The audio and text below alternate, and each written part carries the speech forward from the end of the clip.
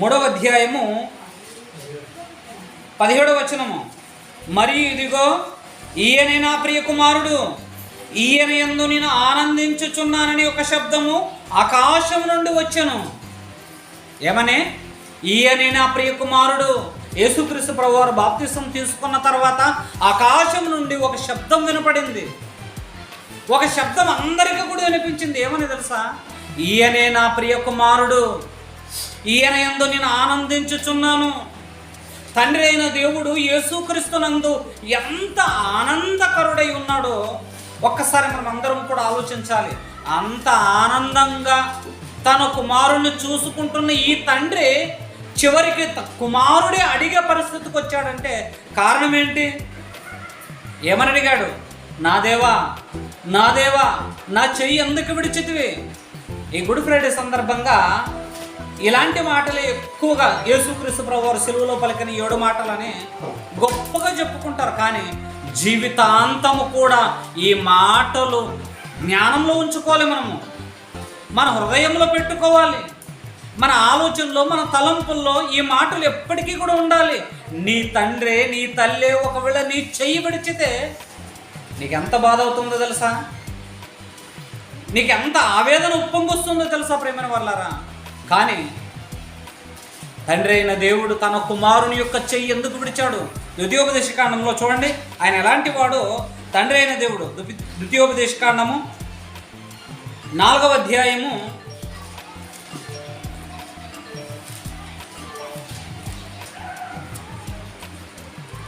31వ వచనాన్ని మనం ఆలోచన చేస్తే ప్రేమ వాళ్ళరా,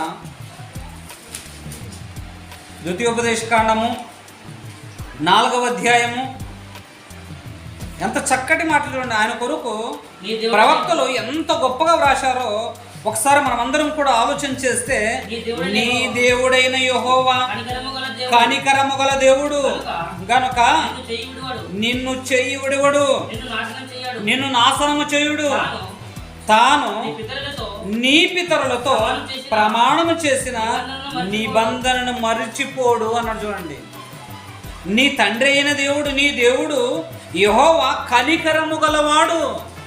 కనికరము గలవాడైతే యేసుక్రీస్తు ప్రభువారి యొక్క చేతిని ఎందుకు విడిచిపెట్టాడు? ప్రమాదంలో ఉన్నాడు యేసుక్రీస్తు ప్రభువారు, మరణ దశలో ఉన్నాడు యేసుక్రీస్తు ప్రభువారు, చావుకు దగ్గరలో ఉన్నటువంటి యేసుక్రీస్తు ప్రభువారి యొక్క చేతిని ఎందుకు విడిచిపెట్టాడు?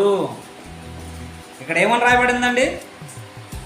నీ దేవుడైన యెహోవా కనికరము గలవాడు. ఈయన పైన ఎందుకు కనికరం చూపించలేదు? నిన్ను చెయ్యి విడవడు, ఎప్పుడు కూడా ఆయన చెయ్యి విడిచేవాడు కాదని రాయబడిందే. మరి యేసుక్రీస్తు ప్రభువారు ఎందుకండి నా దేవా, నా దేవా, నా చెయ్యి ఎందుకు విడిచితమని అంటున్నాడు? ఎందుకు విడిచాడన్న సంగతి ఈనాటికి ఇప్పటికైనా క్రైస్తవులకు అర్థమైందా చెప్పండి? ఈ రోజుకైనా క్రైస్తవులు ఆలోచన చేసుకోగలుగుతున్నారంటే ప్రేమ వాళ్ళరా, లేనే లేదు. పండగ పేరుతో కొన్ని మాటలు, పండగ పేరుతో కొన్ని ఆలోచనలు, పండగ పేరుతో కొన్ని ఉపవాసాలు, పండగ పేరుతో కొన్ని పిండి వంటలు, వీళ్ళ ఆనందాల కొరకే వీళ్ళకి వీళ్ళే ఆలోచన చేసుకోవటానికి కొనసాగిస్తున్నారే. కానీ ప్రేమ వాళ్ళరా, దేవుడు నచ్చేటట్టుగా, దేవుడు మెచ్చేటట్టుగా లోకంలో లోకం చేసుకోవటం లేదు.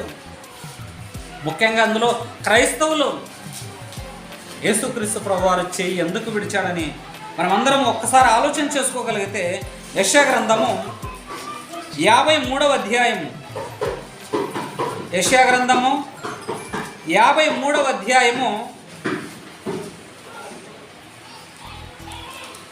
6వ వచనం చూడండి ఒకసారి. మనమందరము గొర్రెల వలె త్రోవ తప్పితిమే, మనలో ప్రతి వాడును తనకిష్టమైన త్రోవకు తొలగెను. యెహోవా మన అందరి దోషమును అతని మీద మోపెను. తన కుమారుని యొక్క చేతిని ఎందుకు విడిచాడంటే, ప్రతి మనుషుడు కూడా తనకిష్టమైన త్రోవను వెళ్ళిపోయాడు, తప్పిపోయాడు. గొర్రెల వలె త్రోవ తప్పితిమి. యేసుక్రీస్తు ప్రభువారిని చెయ్యి విడిచిన దాంట్లో బాధ ఉందండి. ఎవరికి? కన్న తండ్రి అయిన దేవునికి.